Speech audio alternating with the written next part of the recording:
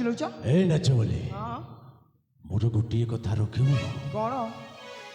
ଏବେ ସେ ରାଜା ପୁଅଟା ତ ଗୋଟିଏ ପାଗଳ, ତାକୁ ହତ୍ୟା କରିଦେଲୁ। ତୋତେ ଯେତେ ଟଙ୍କା ଦରକାର ମୁଁ ଦେବି।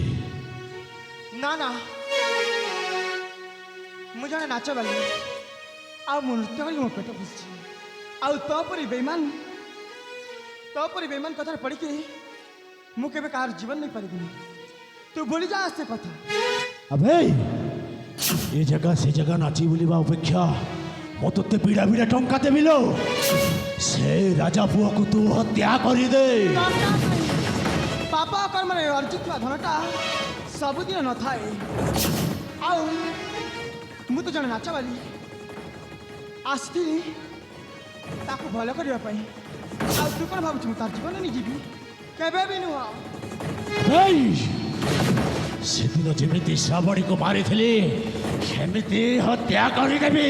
ମାନେ ତାର ତୁ ମାରିଛୁ ଶ୍ରାବଣୀକୁ? ଓ ତାହେଲେ କଥାଟା ସତ। ମୁଁ ଯାହା ଭାବୁଥିଲି ତାହା ସତ। ତାମାନେ ତୁ ମାରିଛୁ ଶ୍ରାବଣୀକୁ? ମୁଁ ହିଁ ସେ ଶ୍ରାବଣୀକୁ ହତ୍ୟା କରିଛି। ତାମାନେ ତୁ ହଉଛୁ କ'ଣ ତୁ କରିପାରିବୁ? ତୁ ହଉଛୁ ଅସଲି ନାଟକର ଖଳନାୟକ। ମୁଁ ତତେ ଛାଡ଼ିବିନି। ତୋ କଥାଟା ନିଶ୍ଚୟ ଜଣେଇବି ମହାରାଜା।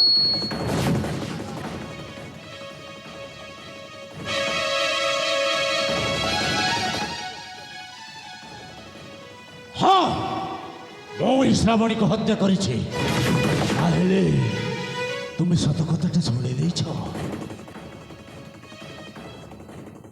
ତୁ ଗୋଟିଏ ଆମ ଘରର ଓଠାଖିଆ କୁକୁର, ଆଉ ତୁ ମୋ ବୋହୂକୁ ତୁ ହତ୍ୟା କରିଦେଲୁ। ତୋତେ ମୁଁ ଆଉ ଛାଡ଼ିବିନି। ତୋତେ ଜୀବନରେ ତୋତେ ମୁଁ ମାରିଦେବି।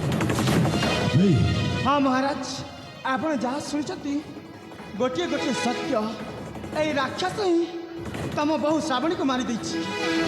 ଆଉ ଏବେ ତମ ପୁଅକୁ ମାରିବା ପାଇଁ ମୋତେ ଟଙ୍କାର ଲୋଭ ଦେଖାଉଥିଲା। ଏହାକୁ ଜମା ବି ଛାଡ଼ୁନି।